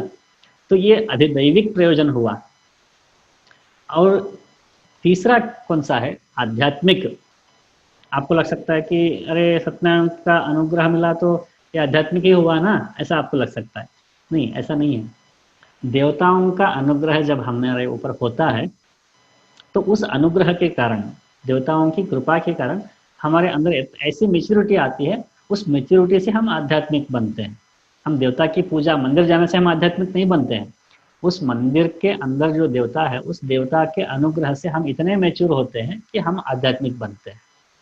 तो आध्यात्मिक होना क्या है? आध्यात्मिक यानी अपने प्राण की स्थिति उन्नत होना, अपना विचार उदात्त होना, यानी अपना expansion of the perception, exception, भाव विस्तार। यानी ये हमारा बेटा है, ये हमारा माता जी है, ये हमारा घर है, ये हमारा गांव है।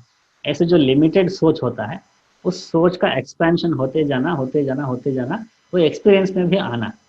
एक दिन ऐसा होना कि पूरा ब्रह्मांड जो है ये मैं ही हूँ, ऐसा जो एक्सपीरियंस जिस दिन होता है उसको ब्रह्म ज्ञान कहते हैं। तो उस ब्रह्म ज्ञान तक पहुंचने के लिए जो एक्सपेंशन ऑफ परसेप्शन जो होता है ना, उसी को आध्यात्मिक उन्नति, आध्यात्मिक प्रगति, डेवलपमेंट कहते हैं। तो वो इससे होता है। इस प्रकार हम केवल एक सत्यनारायण पूजा करेंगे तो उसमें आध्यात्मिक प्रयोजन ये है, अधिदैविक, अधिभौतिक, आध्यात्मिक, ये तीनों प्रयोजन हमको हुए। अभी हम थोड़ा वेस्ट की तरफ जाएंगे। आप देख पा रहे होंगे स्क्रीन पे कि अरिस्टोटल को मैंने लिया है, ग्रीक फिलोसोफर। उसका ये कहना था कि the man who is content to live alone is either a beast or god. उसका ये कहना था कि कोई आदमी अकेला हो ही नहीं सकता। किंतु हमारे आप भारतीय संस्कृति में आप देखोगे तो लोग जो है हजारों वर्ष गुफा में तपस्या करते थे, ऐसा भी आप सुनते हो। स्वयं के स्वयं के साथ रहना, ये भी शब्द गलत है, क्योंकि स्वयं के साथ होने के लिए दो लोग होना पड़ते हैं, दो व्यक्ति है ही नहीं। पूरे ब्रह्मांड एक ही है, परमात्मा से व्यावृत है, कण कण में ईश्वर है। जब हम हमारे आत्मा ईश्वर स्वरूप है तो वहां पर दो लोग हो ही नहीं सकते, इसलिए हम अपने साथ रहना, ये शब्द भी गलत है। किंतु आप देख पा रहे होंगे कि भारतीय परंपरा में ऐसे कई सारे लाखों लोग हैं जो ऐसी स्थिति में पहुंच गए, जैसे रामकृष्ण परमहंस है, रमण महर्षि है, चैतन्य महाप्रभु, ऐसे कई सारे लोग हैं जो ब्रह्मज्ञान की स्थिति तक पहुंच गए हैं। और उस स्थिति तक पहुंचने के बाद वो उनको अकेला रहना या साथ में रहना, ऐसा कोई मैटर ही नहीं करता है, क्योंकि उनकी दृष्टि में सब कुछ वही है। तो इस उतने उन्नत स्थिति तक भारतीय लोग पहुंचते थे, मगर ऐसे पश्चिम के ऐसे विचार है कि ऐसा हो ही नहीं सकता। और what is the meaning of life? To serve others and do good. उनके गुड, बैड, एथिकल, अनएथिकल, ऐसे बहुत सारे डिविजन्स वेस्टर्न फिलोसफी करता है। उनके लिए ये सही गलत ऐसे बहुत ब्लैक एंड व्हाइट में वो पूरे जीवन को देखता है, वेस्टर्न थॉट प्रोसेस। मगर भारतीय में आप देखे होंगे कि ये बुरा सही ऐसा कुछ नहीं है, ये धर्म अधर्म यही है हमारे पास। ये धर्म है, अधर्म है, और धर्म को जब डिफाइन करेंगे तो अलग अलग चीज़ है, उसमें ऐसा ब्लैक एंड व्हाइट नहीं। और तीसरा स्टेटमेंट उसका अरिस्टोटल का आप यहाँ पर देख पा रहे होंगे कि man is by nature a social animal. उसकी दृष्टि से पशु में मनुष्य में अंतर नहीं है, केवल ये सोशल पशु है, ऐसा उसका मानना था। बाद में उसमें सोशियो पॉलिटिकल एनिमल, ऐसा उसने अपना वर्शन इवॉल्व कर लिया बाद में अपने अगले राइटिंग्स में उन्होंने। तो पहले कहा गया कि सोशल एनिमल है, बाद में सोशियो पॉलिटिकल एनिमल कहा गया, बाद में सोशियो पॉलिटिकल इकोनॉमिकल ऐसा कहा गया। कुछ भी हो, कितना भी इवॉल्व हुआ हो उनकी विचारधारा, वो एनिमल में ही स्टक है, यानी पशु ही मानता है। अब अगला देखेंगे आप, प्लेटो को देखिए, secure enjoy, what is good life, ऐसा प्रश्न जब आता है तो secure enjoyment of what is good and beautiful, ये गुड लाइफ का उनका डेफिनेशन है वेस्टर्न वर्ल्ड का। The good life consist the possession over the course of a life time of all those things that are really good for us. ये Aristotle का, again Aristotle का ही मैंने लिया है। तो ये इनके इनिशियल विचार थे वेस्टर्न वर्ल्ड के। इसके बाद में आप रिसेंटली देखेंगे तो एनलाइटनमेंट पीरियड जो था, उस पीरियड में भी मैक्सिमम ये उनके विचार आप स्क्रीन पर देख रहे हो। तो उसके अलावा ये सारे सेक्युलर विचार हो गए, ग्रीक फिलासफी हो या एनलाइटनमेंट टाइम के, फ्रेंच रेवोल्यूशन के टाइम पे जो उनकी फिलासफी थी, ये सारे सेक्युलर विचारधारा, सेक्युलर विचार में उन जीवन दृष्टि वो है। और रिलीजियस जीवन दृष्टि क्या है? क्रिश्चियनिटी हो, इस्लाम हो या जुदाइज्म हो, इनकी दृष्टि क्या है? पृथ्वी पर जो जीवन है, ये जीवन इनकम्प्लीट है, इसमें बहुत सारे डिफेक्ट्स हैं, ये सही जीवन है ही नहीं। ये तो वहाँ जो जन्नत में जाने के बाद जो जीवन है उसकी तैयारी है। हेवन में जो है वो परफेक्ट लाइफ है, ये परफेक्ट लाइफ है ही नहीं, वर्ल्ड परफेक्ट नहीं है, ये तो केवल प्रिपरेशन हो रहा है, ऐसा उनका मानना है। इसलिए यहाँ पृथ्वी पर जो हो रहा है इसको वो लोग जीवन ही नहीं मानते हैं। ये रिलीजियस जीवन दृष्टि है रिलीजन्स की। और सेक्युलर जीवन दृष्टि जो है वेस्ट की, आपने पहले ही मैंने बता दिया कि उनको लगता है कि पशु है, पशु है, और उसको, उस पशु को थोड़ा बहुत सोसाइटी चाहिए, थोड़ा पॉलिटिक्स चाहिए, थोड़ा इकोनॉमिक्स चाहिए।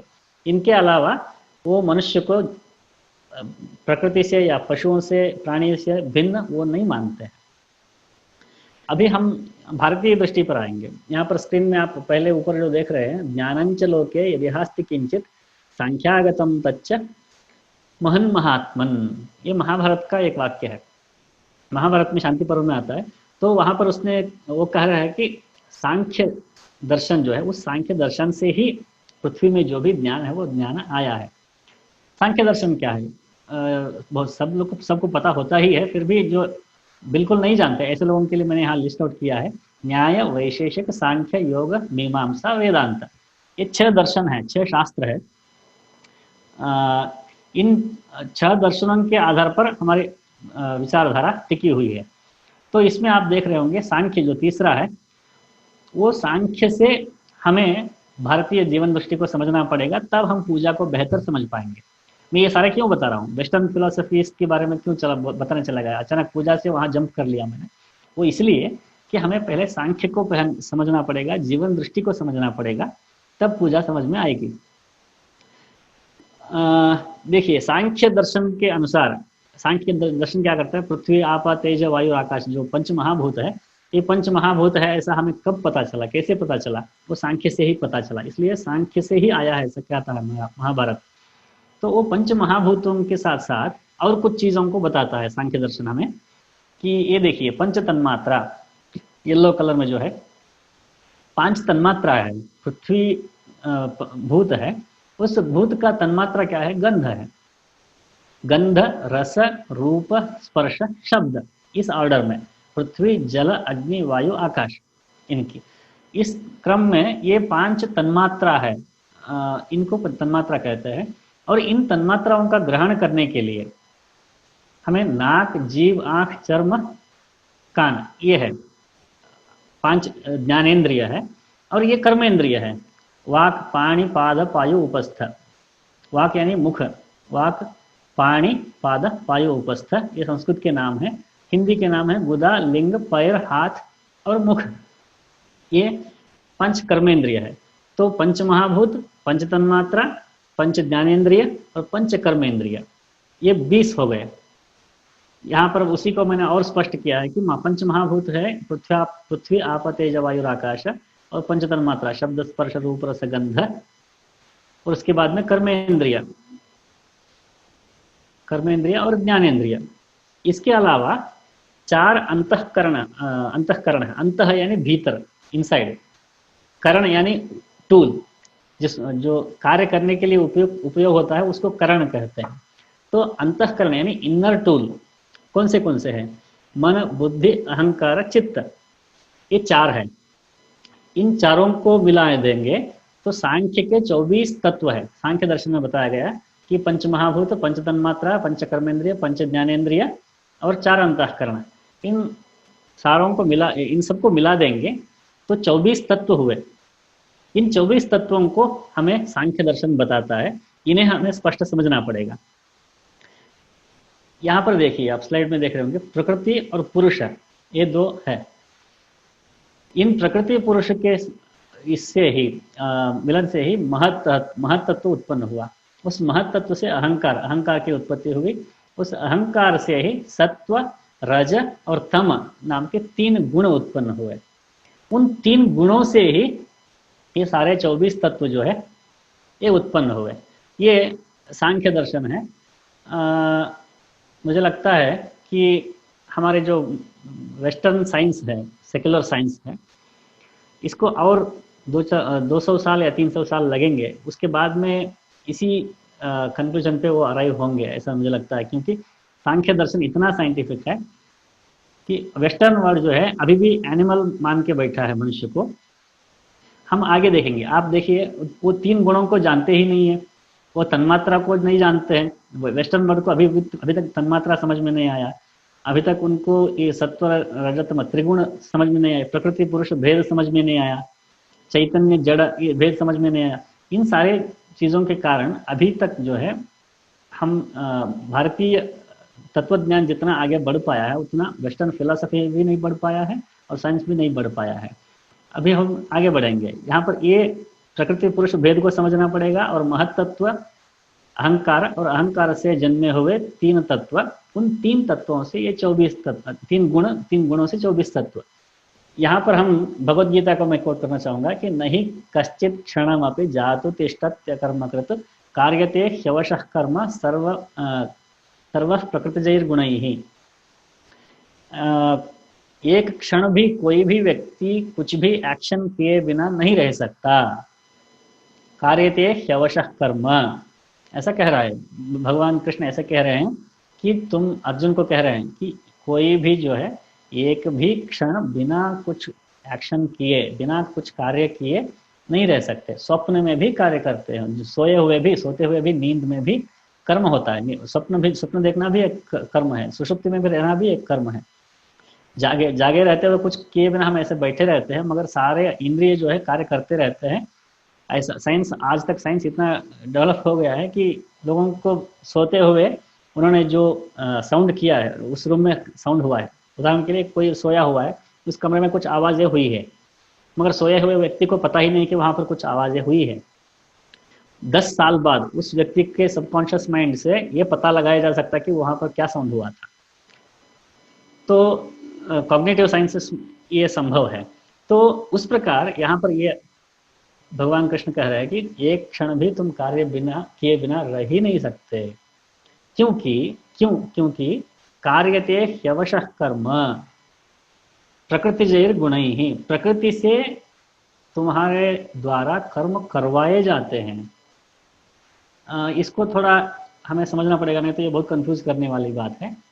कि आप ध्यान दे रहे होंगे कि आप ऐसे बैठे हो, अचानक आपने हाथ में फ़ोन लिया, ऐसा कोई जगह व्हाट्सअप मैसेज चेक किया, ऐसा देखा, आप चाहते नहीं थे कि ऐसा करें, मगर ऐसा हो गया। यानी प्रकृति के गुण के कारण वो कर्म हो गया। ऐसे ही आप नींद करना नहीं चाहते हो मगर नींद हो जाती है, आप खाना नहीं खाना चाहते हो मगर भूख लग जाती है, आपको खाना पड़ता है। ऐसे आप चाहो या न चाहो, प्रकृति अपने आप वो कार्य करवाती जाती है।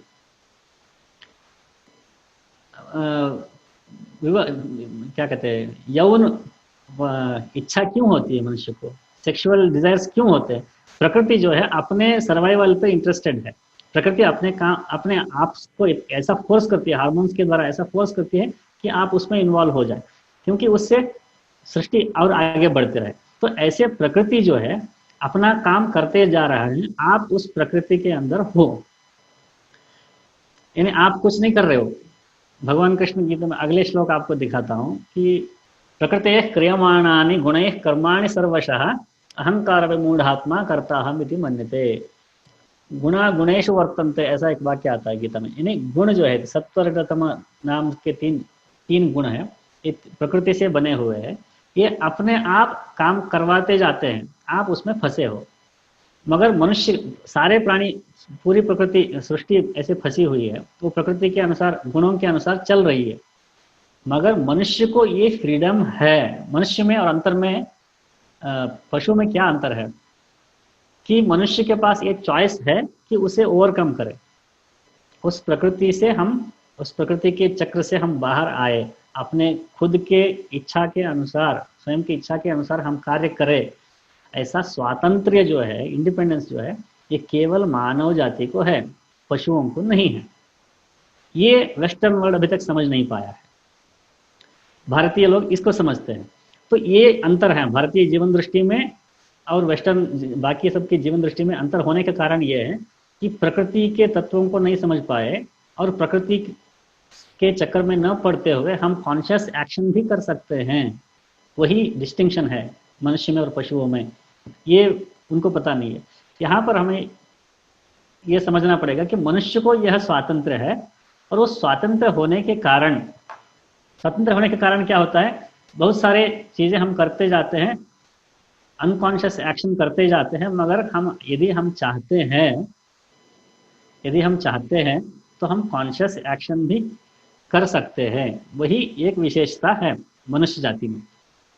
हाँ, और एक बात है, प्रकृतेर गुण सम्मूढ़ाः सज्जन्ते गुणकर्मसु। और एक वाक्य है यहाँ पर देखिए कि गीता में, प्रकृति के गुणों से सम्मूढ़ होकर अपने अपने गुणों के अनुसार अपने अपने कर्म लोग करते जाते हैं। तान कृत्स्नविदो मंदान कृत्स्नविद न विचालयेत्। जो बुद्धिमान व्यक्ति है, जो इस चीज़ को समझता है, उसे उसकी निंदा नहीं करनी चाहिए। ऐसा भगवान कृष्ण यहाँ पर कह रहे हैं। ये मैं यहाँ पर ये श्लोक इसलिए लिया कि बहुत सारे लोगों का ये कहना है कि ये रिचुअलिस्टिक लोग हैं। आजकल के पढ़े लिखे लोग कहते हैं कि दे आर रिचुअलिस्टिक, हम लोग ऐसे नहीं हैं। भगवान तो एक होता है, भगवान का कोई रूप नहीं होता, ये पूजा करने की जरूरत नहीं है। आत्म तत्व जो है वो सब जगह होता है, कण कण में ईश्वर होता है, ऐसा वेदांत झाड़ते हैं लोग। वो जो पूजा वगैरह करते हैं उनको बहुत नीचा समझते हैं, इन्फीरियर समझते हैं, अपने आप को बहुत सुपीरियर समझते हैं। ऐसे लोगों को बहुत जोर से थप्पड़ मार रहे हैं भगवान कृष्ण गीता में कि जो बुद्धिमान व्यक्ति है उनके अंदर बुद्धि भेद नहीं डालना चाहिए। न बुद्धि भेदम जनयात, न बुद्धि भेदम जनयेत अज्ञानाम कर्म संज्ञानाम। आप जानते हो, आप बुद्धिमान हो, तो उनके साथ मिलकर आप भी करो, आप ज्ञान से करो, वही काम करो, ऐसा भगवान कृष्ण कह रहे हैं। मैं इसलिए कह रहा था कि पूजा करना इन्फीरियर है, मेडिटेशन करना बड़ी बात है, वेदांत पढ़ना, शास्त्रों को पढ़ना या आप आत्मा के बारे में चिंतन करना ये सब सुपीरियर है, पूजा रिचुअल ये सब करना ये सब बेकार है, इन्फीरियर है, ऐसा जो मानते हैं ऐसा ऐसा नहीं होना चाहिए। क्योंकि वेस्टर्न इन्फ्लुएंस के कारण उनको ये लगता है कि रिलीजन अलग है, स्पिरिचुअलिटी अलग है। वेस्टर्न वर्ल्ड में स्पिरिचुअल जो लोग होते हैं वो रिलीजन को छोड़ देते हैं। ऐसी इसी इन्फ्लुएंस के कारण भारत में भी ऐसा लोग मानते हैं, हिंदू लोग भी ऐसे मानने लग गए हैं कि मैं आध्यात्मिक व्यक्ति हूँ, मैंने थोड़ा बहुत वेदांत जान लिया है, आत्म तत्व क्या है, कण कण में ईश्वर क्या है, ऐसे 2-4 सेंटेंसेस कोट करना जान गया है, इसलिए मैं सब ये पूजा पाठ वगैरह नहीं करता हूँ। ऐसे अपने आप को भ्रमित अपने आप को सुपीरियर समझने वाले भ्रमित लोग बहुत सारे हो गए हैं। उसका कारण ये है कि वो क्यों किया जाता है उनको पता नहीं है। तो इसमें हम आगे बढ़ेंगे। यहाँ भगवान रमण महर्षि के हो या माए ऐसा एक पुस्तक है, उस पुस्तक को बहुत सारे लोगों ने पढ़ा है। ये अपने आप को सुपीरियर करने कहने वाले, रिचुअल्स को इन्फीरियर मानने वाले लोग रमण महर्षि को फॉलो भी करने वाले भी लोग हैं। रमण महर्षि को इसलिए कोट कर रहा हूँ क्योंकि वो इंटरनेशनली वेल नोन है। जो अंग्रेजी में पुस्तक लिखे जाते हैं उसी को लोग सुपीरियर मानते हैं, इसलिए मैंने अंग्रेजी कोट को ही लिया है यहाँ पर। रमण महर्षि कहते हैं, of course every book says be quiet और still, but it is not easy, that is why all this effort is necessary. ये कर्मकांड, पूजा, जाप, स्तोत्र पठन, कथा श्रवण, ये सब क्यों आवश्यक है? क्योंकि अपने इंद्रिय, आप उस इंद्रियों को खाली छोड़ोगे तो वो अपने आप अपने आप को जो चाहिए वो गुणों के अनुसार वो कंज्यूम करते रहेगा। आप बच्चे के हाथ में मोबाइल छोड़ दे दोगे तो वो आप मोबाइल लेके गेम खेलता बैठ जाएगा। उसको ये ध्यान ही नहीं है कि कितनी देर से खेल रहा है, क्या खेल रहा है, वो क्यों खेल रहा है, कुछ पता नहीं। प्रकृति अपने आप को कंज्यूम कर रही है उस दृष्टि से। मगर उस बच्चे को आप कॉन्शियसली कुछ एक्शन में लगाओ तो वो क्या होता है, उदात्त होता है, अब सब्लिमेट होता है। सब्लिमेशन जिसको कहते हैं अंग्रेजी में, या हिंदी में उदात्तीकरण। हम ऐसे गप्पे मारते बैठे हुए हैं तो एक सामान्य क्रिया है, उस गप्पे मारने में मजा आ रहा है क्योंकि वो प्रकृति, हमारी प्रकृति सत्व रजत तम के अंतर्गत हम तामसिक प्रवृत्ति वाले हैं, आलसी लोग हैं, तमस बढ़ गया है तो आलस बढ़ जाता है। तो आलस के कारण हम गप्पे मारते हुए बैठे हैं। मगर उस तामस को कम करने के लिए कॉन्शियसली हम कुछ ऐसे सब्लिमेटेड उदात्त एक्शन में या पूजा में, जाप में, ऐसे कुछ कथा सुनने में या शास्त्र पढ़ने में, इंटेलेक्चुअल एक्टिविटी में हम सब्लिमेट कर सकते हैं, अपने आप को उदात्त बना सकते हो। उस उदात्त बनाने के लिए क्या मेथड क्या है? वही कर्मकांड है। इसलिए कर्मकांड इंपॉर्टेंट है, कर्मकांड को नीचा नहीं समझना चाहिए। यही बात रमण महर्षि जी यहाँ पर कह रहे हैं कि आप बैठ के ध्यान कर सकते हो या अपने आप का आत्मस्वरूप को जान सकते हो। मैं परमात्मा हूँ, परब्रह्म स्वरूप हूँ, या जो ब्रह्मांड में है वो इस पिंडांड में भी है, ये मुझे नॉलेज मिल गया। मगर नॉलेज कितनी देर तक रहेगी? थोड़ी देर में ही मैं भूल जाता हूँ कि मैं परब्रह्म स्वरूप हूँ। मैं बोलने लगता हूँ कि भाई मैंने वैसा किया, मैंने ऐसे किया। व्यवहार में हम आ जाते हैं। यानी अध्यात्म का ज्ञान जो है वो नित्य नहीं है, कांस्टेंट नहीं है। वो अध्यात्म का ध्यान 1-2 सेकंड के लिए आता है फिर चले जाता है। उसे कांस्टेंट बनाने के लिए अपने इंद्रियों को उदात्त एक्शन में डालने के लिए क्या चाहिए, क्या मार्ग है, वही रमण महर्षि यहाँ पर बता रहे हैं।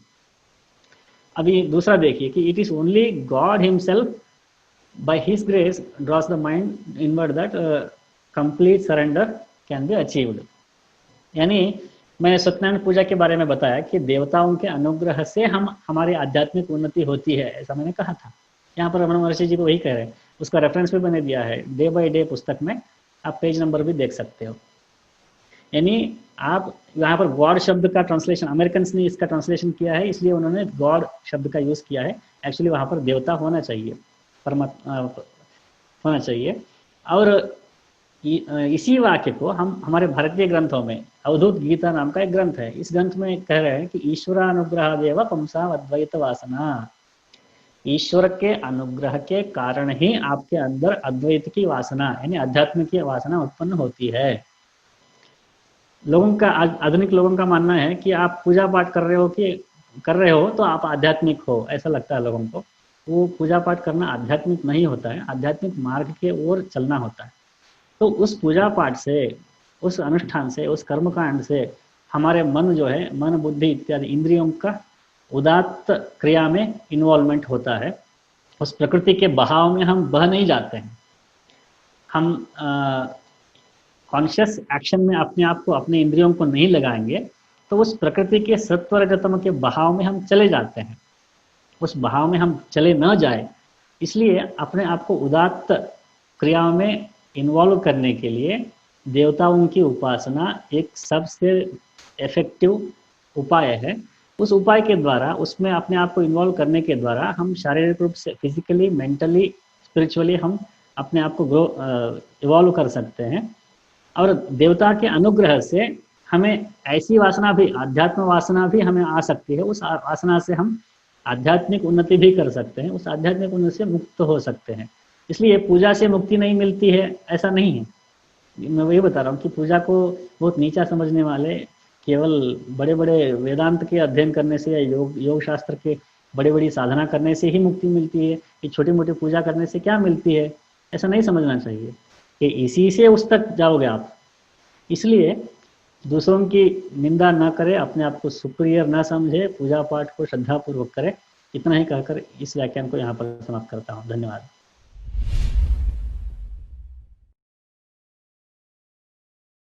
कि आपने कहा था कि पाश्चात्य सिद्धांतों के से प्रभावित होकर लोग कहते हैं कि कर्मकांड जरा नीचे स्तर का है, लेकिन मेरा तो जहां तक मैंने इतिहास में पढ़ा है, बहुत से ऐसे भक्ति मार्ग के भी जो है भक्त हुए हैं जिन्होंने कई बार पूजा विधियों का खंडन भी किया है। तो ये केवल पाश्चात्य प्रभाव नहीं है, बल्कि हमारे अंदर ही ऐसा कुछ चल रहा है पिछले कई शताब्दियों से, हाँ, है ना? आपकी बात मैं समझ रहा हूँ। आप लिटरली लेते हो, बात चीज़ों को लिटरली ले रहे हो। उदाहरण के लिए मैं कर्नाटक से हूँ, मैं उदाहरण बताता हूँ। आरु शास्त्र ओदिदरेनु, यानी 6 शास्त्रों को पढ़ने से क्या मिलता है, 4 वेद पढ़ने से क्या मिलता है, ऐसे गीत है बड़े बड़े संतों के लिखे हुए। हाँ, तो वही संत धर्मशास्त्र का पालन करो, ऐसे भी गीत लिखे हैं। यानी आप मन नहीं लगाओ। शंकर, आदि शंकर लोगों को, संतों को, भक्ति मार्ग के लोगों को छोड़िए। आदि शंकराचार्य जी जिन्होंने ब्रह्मसूत्र पे प्रस्थान त्रय पर भाष्य लिखा, उन्होंने क्या लिखा है, ततः किम गुरोरंग्री पद में मनश्चेन्न लग्नम ततः किम, ये जो स्तोत्र है उसको लीजिए। उसमें उन्होंने कितनी नेगेटिव बातें कही है कि ये करने से क्या फायदा, वो करने से फायदा क्या फायदा, ये करने से क्या फायदा, ऐसे उन्होंने वहां पर कहा है। मगर उसके साथ साथ ये भी कहा है कि गुरोरंग्री पद में, गुरु के चरण में मन न लगे तो ये बेकार है, अगर मन लगता है बेकार तो बेकार नहीं है। तो उसी तरह पूजा, इतने सारे दान कर लिए, इतने सारे यज्ञ कर लिए, क्या फायदा, गोविंद का स्मरण तो करो। इस भाव से, इसी भाव को व्यक्त करते हुए कई सारे लोगों ने कई सारे गीत लिखे हैं, वचन है, कन्नड़ में वचन है, कथाएं हैं। तो इसका तात्पर्य ये नहीं है कि वो सब बेकार है, अगर मन नहीं लगाओगे तो बेकार है। तो इसलिए आप वो रिचुअल्स को इंफीरियर समझने का जो आजकल का जो ट्रेंड है, उस ट्रेंड को आप भक्ति मार्गियों के ऊपर, संतों के ऊपर मत थोपिए। वो अलग कॉन्टेक्स्ट में कह रहे हैं, ये कॉन्टेक्स्ट अलग है। नमस्ते, बहुत बहुत धन्यवाद एक अत्युत्तम प्रवचन के लिए। मेरा प्रश्न ये है कि आपने पंचायतन पूजा के बारे में बताया और फिर स्कांद प्रथा के बारे में बताया, लेकिन महाभारत में ही कुमार या स्कंद या गुहा, सुब्रमण्य इसका उल्लेख है, तो क्या इतना प्राचीन नहीं है क्या ये स्कंद या कुमार की प्रथा? वो थोड़ा आश्चर्य लगा मुझे, क्योंकि जब महाभारत में ही उसका उल्लेख है तो फिर शंकराचार्य जी ने उसे पंचायतन पूजा में इंक्लूड क्यों नहीं किया, ऐसा सवाल या आश्चर्य हुआ। बहुत प्राचीन नहीं है क्या, ऐसा उनका प्रश्न था। ऐसा, इसकी प्राचीनता के बारे में हम वेस्टर्न पॉइंट ऑफ व्यू से देखेंगे तो कुछ हजारों वर्ष है। यानी वेस्टर्न पॉइंट ऑफ व्यू, यानी वो वेस्टर्न वर्ल्ड जो है टाइम को लीनियर समझता है, समांतर रेखा में टाइम को देखता है कि पहले ये हुआ, बाद में ये हुआ, बाद में ये हुआ, ऐसा लीनियर इसमें देखते हैं। मगर भारतीय कालगणना को अगर आप देखोगे तो ये चक्रवत परिवर्तन थे, चक्र के रूप में हम कालचक्र शब्द ही है।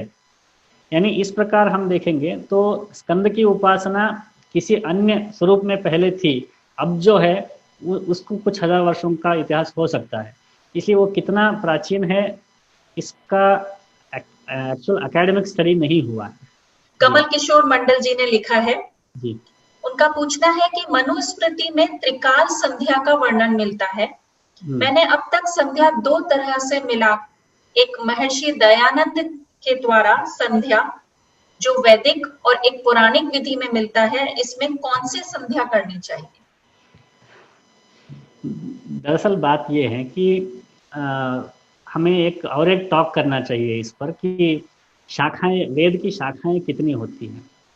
यानी 4 वेद है, ऋग्वेद, यजुर्वेद, सामवेद, ये तो अथर्ववेद, ये तो जानते हैं लोग, मगर इसके अंदर बहुत सारी शाखाएं हैं। उदाहरण के लिए ऋग्वेद में शाकल शाखा है, बाष्कल शाखा है, शांखायन शाखा है, ऐसे 21 शाखा है। शाखा यानी ब्रांच होता है। तो यजुर्वेद में शुक्ल यजुर्वेद है, कृष्ण यजुर्वेद है, कृष्ण यजुर्वेद में भी तैत्तिरीय है, शुक्ल यजुर्वेद में मध्यांजन है, कांड है, ऐसे कई सारे शाखाएं हैं। सामवेद में रामायणी है, जैमिनी है, कौथुम है, अथर्ववेद में पिप्पलाद है, ऐसे अलग अलग शाखाएं हैं।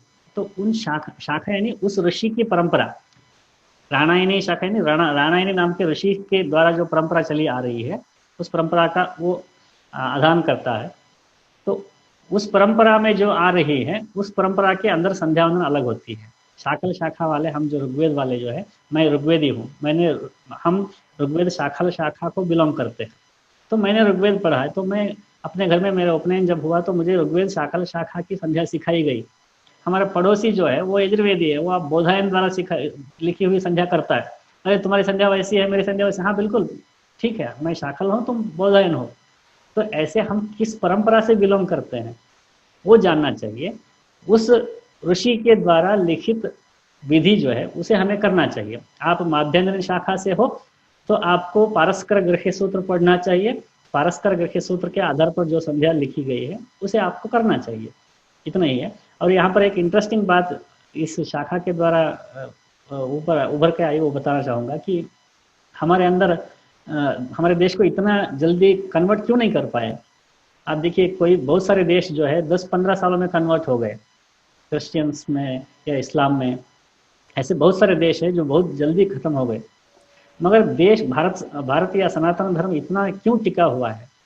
इसलिए टिका हुआ है, जैसे मैंने अभी शाखा के बारे में बताया, मैं शाकल शाखा की संध्या करता हूँ, बगल वाला बोधायन का करता है। मैं जब बेंगलोर में जाता था तो कभी कभी पौरोहित्य में भी जाता था, तो वहाँ पर ये वैश्य परिवार जो होते हैं, शेट्टी जो होते हैं, उनके घरों में जब परिवार पूजा वगैरह होती थी तो हम लोग अपने शास्त्र के हिसाब से बोलते थे कि ये वैसा नहीं होना चाहिए, ये ऐसा होना चाहिए। तो उन घरों की महिलाएं बोलती थी, नहीं पंडित जी, हमारे घर में ऐसा ही होता है, हमारे परिवार में ऐसा ही होता है, आप ऐसे ही करो।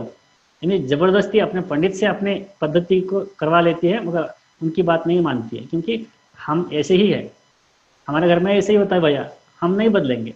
तो ये जो है ये शाखा में भी है।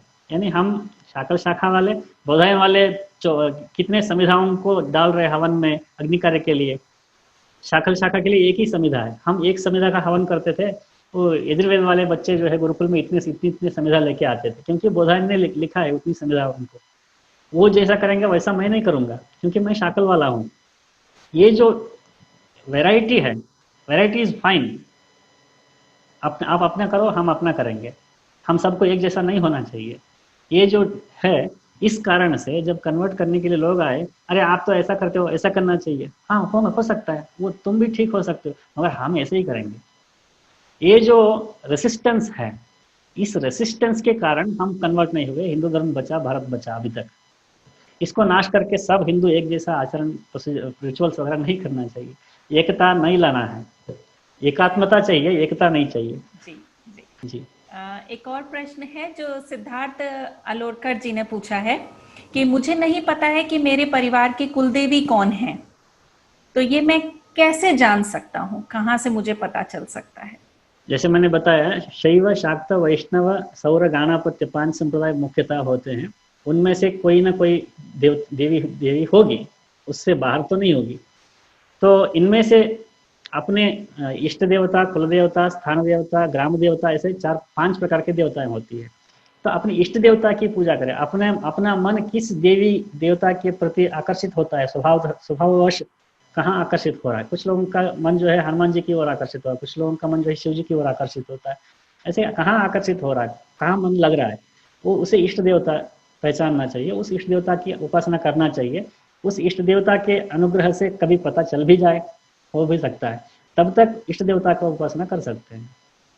नमस्ते दत्तराज जी, मेरे 3 प्रश्न हैं, पता नहीं तीनों पूछ सकता हूँ या नहीं, मगर सबसे पहला पूछते हैं कि डिजायर्स, इच्छाओं की फुलफिलमेंट के लिए इतने रिचुअल्स और देवताओं का आवाहन करने की इसकी आवश्यकता क्या है? ईश्वर अगर हर जगह है तो कहीं पर भी सुन लेना चाहिए। इसका मुझे उत्तर बहुत देर बाद मिल गया, मगर मैं फिर भी आपसे पूछना चाहूंगा सबके लिए।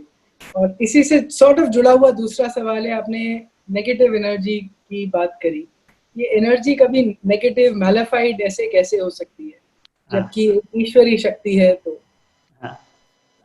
ये नेगेटिव एनर्जी को हम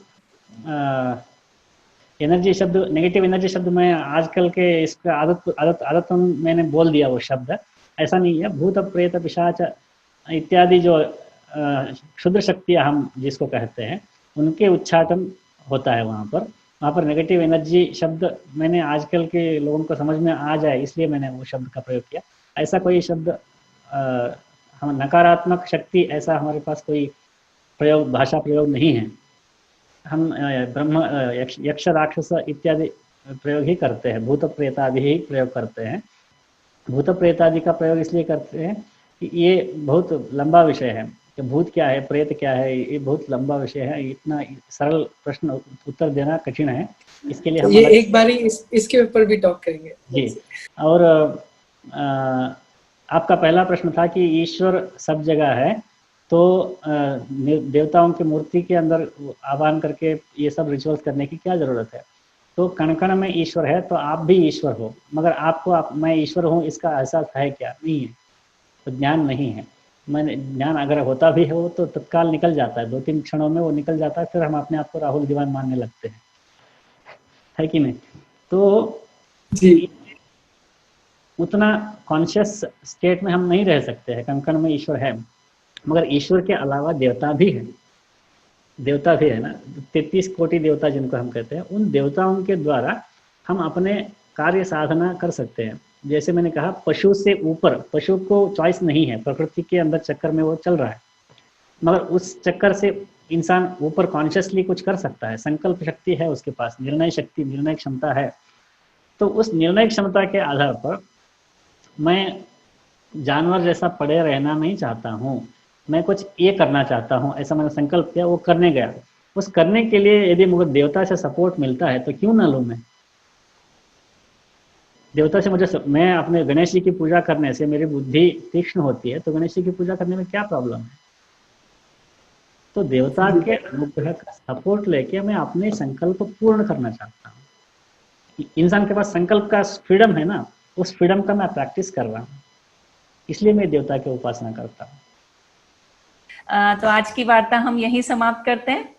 एक बार पुनः दत्तराज जी को और आप सभी को बहुत बहुत धन्यवाद। नमस्ते।